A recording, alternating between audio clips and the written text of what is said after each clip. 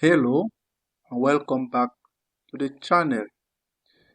Have you ever translated an English sentence into Italian and then discovered that there was more than one possible translation? If so, don't worry. This is one of the most important lessons every Italian learner must understand. Translation is not simply replacing English words with Italian words. The context often changes the verb tense, the vocabulary, and sometimes even the entire meaning of a sentence. Today, we will look at three English sentences that can have two different Italian translations or meanings depending on the situation. Let us begin. Let us look at a few examples. Example number 1. In English we have, I've worked here for 5 years. I've worked here for 5 years. In Italian, we are going to have two versions. Now the first version for I've worked here for 5 years will be lavoro qui da 5 anni. Lavoro qui da 5 anni. Meaning what in this first version? It means I still work here.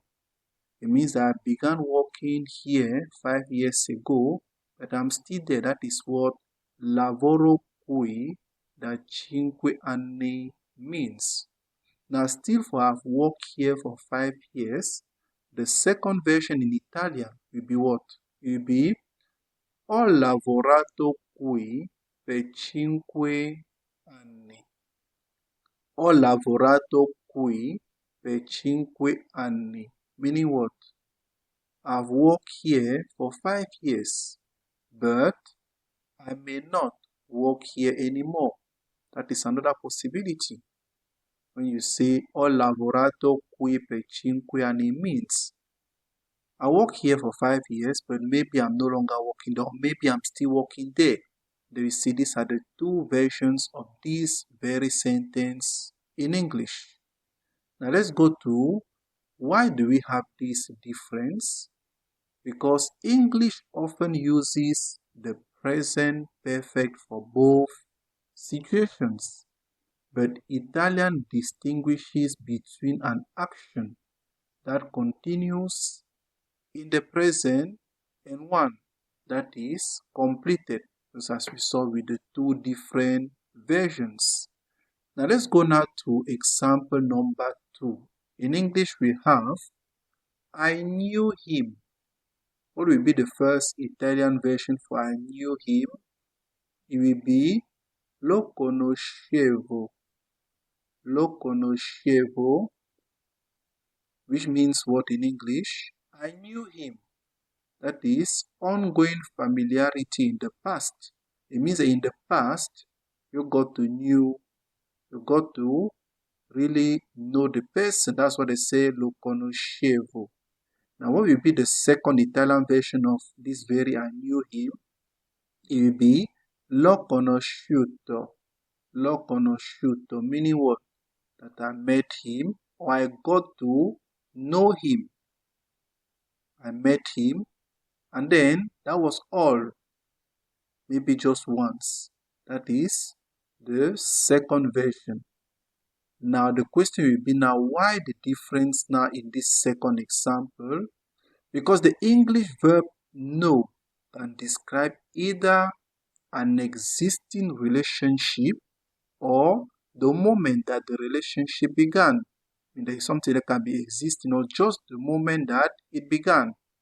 Italian requires that you, as a translator or a language learner, choose the correct meaning to really describe this verb to know. Now let's take the third example. It will be what? She was leaving. What will be the first Italian version for she was leaving? It will be Stava andando via. Stava andando via. Meaning what in English? She was in the process of leaving. That is the first meaning of she was leaving. Stava andando via. She was in the process of leaving. Now what will be the second Italian version? It will be stava per andare via. Meaning what in English? She was about to leave. She was about to leave. That is stava per andare via. That is still meaning she was leaving. And why also the difference here? Because a small change in context completely changes the action being described. And you as a translator or a language learner, you must understand exactly what the speaker intends so that you can really give the correct meaning of what the sentence really means in the Italian language. Why does this happen? Because language is not only grammar, language is meaning. Professional translators and advanced learners who are trying to learn a new language must always understand who is speaking, what is happening when the action occurs, what the speaker really intends. Only then can they choose the correct Italian translation. This is why context is one of the most powerful skills you can develop as an Italian learner. If you would like to learn Italian step by step from beginner to advanced level, please check out my English to Italian Mastery program by simply clicking the link in the description below. Inside, you will find grammar lessons, vocabulary training, practical exercises, translation practices, and real-life examples designed specifically for English speakers. Now, I would like to hear from you. Have you ever translated an English sentence and discovered multiple Italian possibilities? Please leave a comment below and share your example.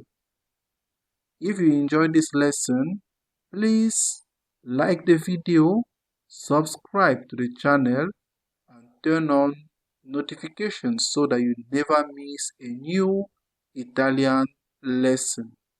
Thanks for watching, and I will see you in the next video. Ciao.